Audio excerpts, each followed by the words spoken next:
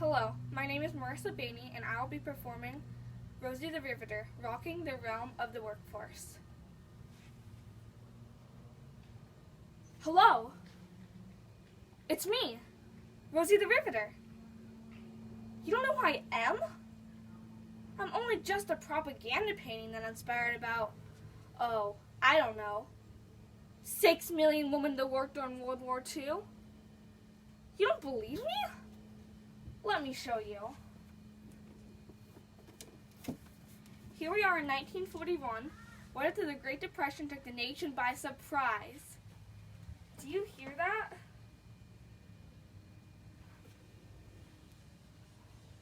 Listen.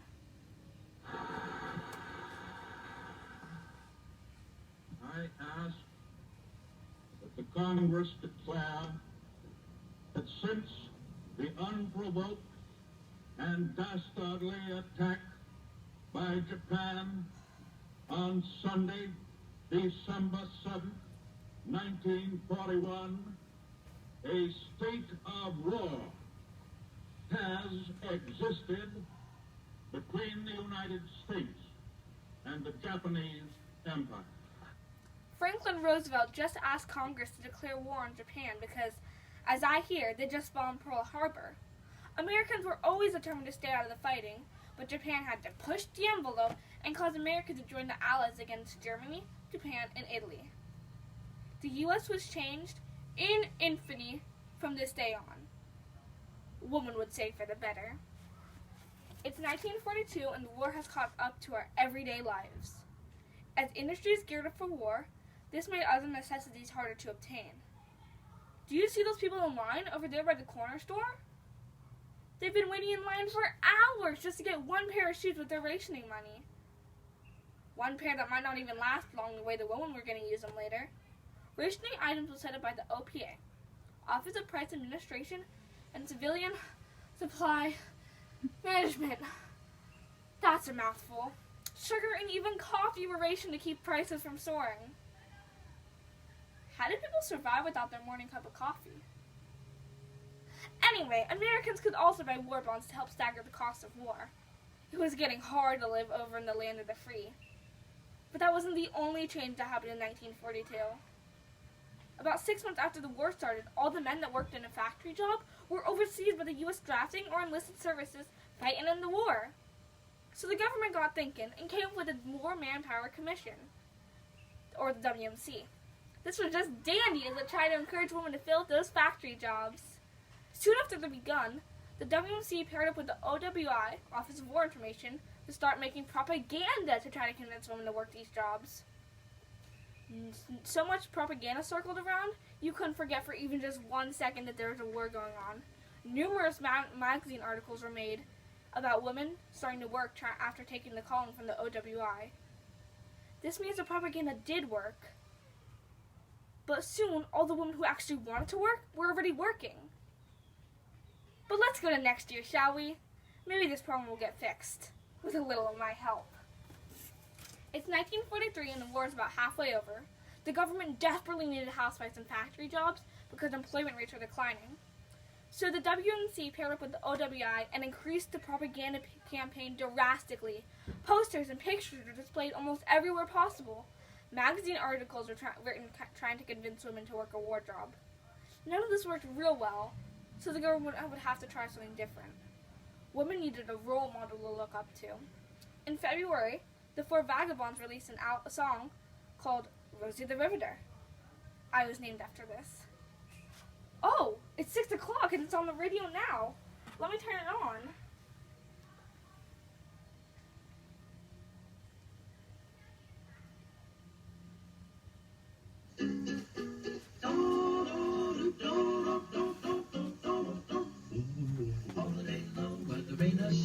She's a part of the assembly line. She's making history, working for victory. Rosie, the Riveter, keeps a sharp lookout for sabotage. Sitting up there on the fuselage. That little friend can do more than a man can do. Rosie, the Riveter, Rosie. This song inspired Norman Rockwell to create the one and only me, Rosie the Riveter.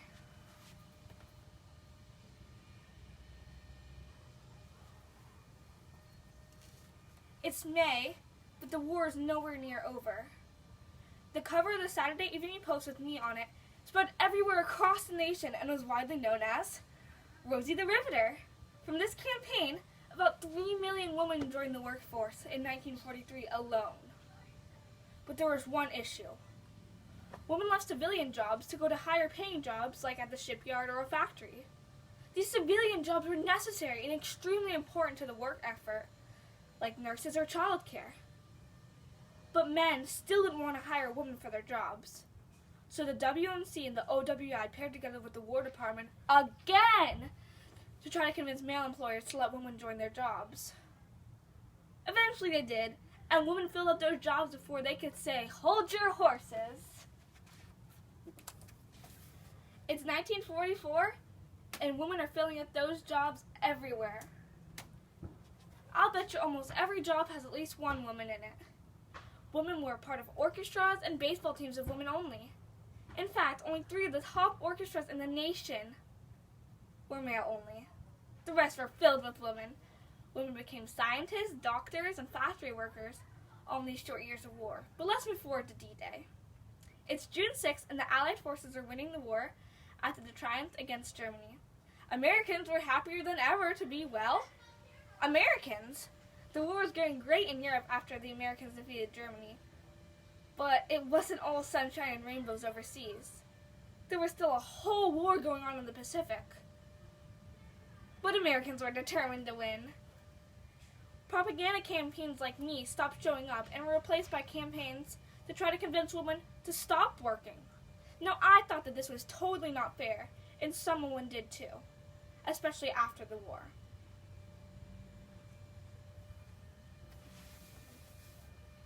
Now, in 1945, the war is almost coming to an end. A bomber pilot is about to fly a plane over Japan and drop an atomic bomb. Fast forward 3 days later, and we dropped another one. Japan's empire surrendered. We won the war! But what does this mean for women?